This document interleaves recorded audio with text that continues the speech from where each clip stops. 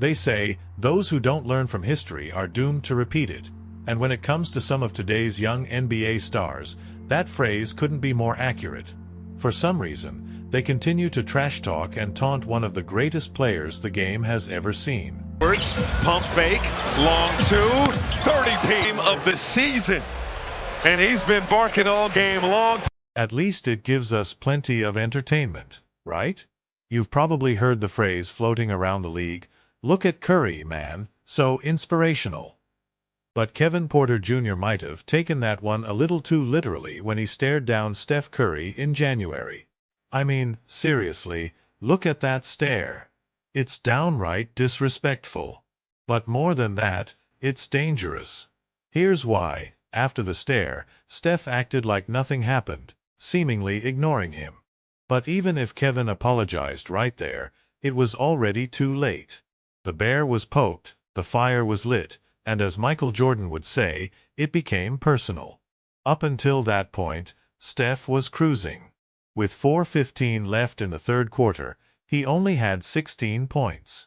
But after that moment, Steph flipped the switch into full MVP mode.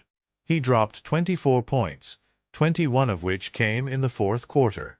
He went 7 for 10 from the field and 4 for 7 from 3, sealing the win for the Warriors. And what did Kevin Porter Jr. do after getting 40 dropped on his head? With about 30 seconds left, he walked up to Steph and asked for pointers. After trash-talking Curry, he came to him for advice. Classic. Then there's Anthony Edwards, Ant-Man. He's one of my favorite young stars and is definitely a future superstar. But in November 2021, he had a moment. With 6 minutes left in the fourth quarter, he had 40 points, and his team was down by 10. In the heat of the moment, Edwards told Curry, "Hey, I might go for 50. Well, Curry didn't even flinch. He just walked away. Edwards did hit a career-high 48 points, but the Warriors still won 123-110. All that talk didn't change the result. Next, let's talk about Luka Doncic. In Game 1 of the Western Conference Finals, with about a minute left in the first quarter, Steph missed a free throw. Luka, in his usual cocky fashion, said, "Dang, what's going on, man? You scared?" Steph wasn't having any of it. He shot back, "Hey, Luka, would you shut up?"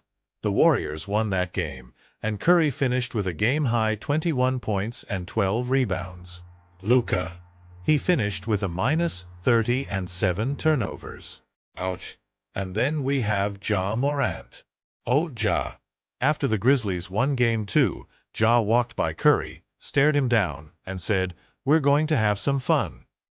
After the Grizzlies' Game 5 win, Ja was talking even more smack, but let's fast forward to the aftermath. When the Warriors eliminated the Grizzlies, Steph and the crew made sure they knew who was in charge. Ja might have learned to keep things in check after that one. Now, let's rewind to 2017, when the Warriors faced a young Celtics team. A rookie Jason Tatum was guarding Curry, and with only a few seconds left in a one-point game, Curry hit an incredible buzzer-beating three. What did Steph do? He pointed at Tatum and signaled that the young Celtic had been talking too much smack. Tatum said he hadn't said anything, but other players have noted that Jason is known for engaging in on-court trash talk. Seems like Curry didn't appreciate it. Then there's Matthew Dellavedova. During the 2015 finals, the media labeled him the Curry Stopper after he played some decent defense on Steph. This fired up Curry, as we know from sources within the Warriors. In Game 5, with the Warriors up by 7 with under 3 minutes left, Steph decided to silence the Curry Stopper talk. He pulled off some dazzling moves, ending with a series of shots that made the media eat their words. Speaking of defense, remember Lauri Markkanen back in January 2018? It was still early in the game when Markkanen blocked Curry's shot and hit him in the face before Curry fell to the ground. Embarrassing moment for Steph, right?